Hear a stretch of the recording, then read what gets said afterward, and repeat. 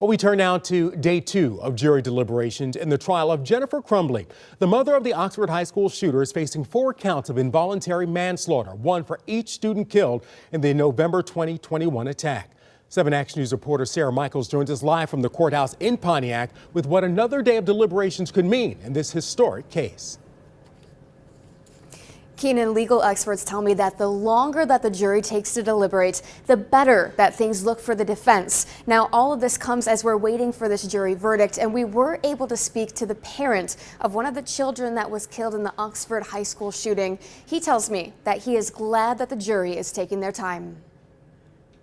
The precedent-setting nature of this case is it shouldn't be surmised in 1 hour of deliberation. Craig Schilling knows that who may be partly to blame for the murder of his kind son Justin Schilling isn't something that can be decided in a matter of a few hours. He tells us he's glad the jury is taking considerable time to deliberate. We're now in day 2 of deliberations, and as time continues to tick by, former Special Prosecutor Todd Flood tells us we get closer to the potential of a hung jury. I would surmise that if you see this go past 2 days, you're probably going to end up potentially with a hung jury.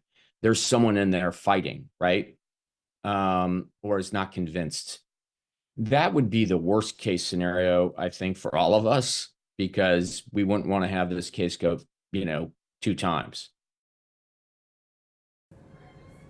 Now, the court clerk just told our team that there will only be about 10 to 15 minutes between when the jury reaches their verdict and the court announces it. This leads one to believe that the fact that they took the time to make that announcement, that there may be a verdict soon, but that is purely speculation. Reporting live in Pontiac, Sarah Michaels, 7 Action News. All right, thank you so much, Sarah. Of course, we'll all be waiting for that verdict, and we'll bring it to you live right here on 7.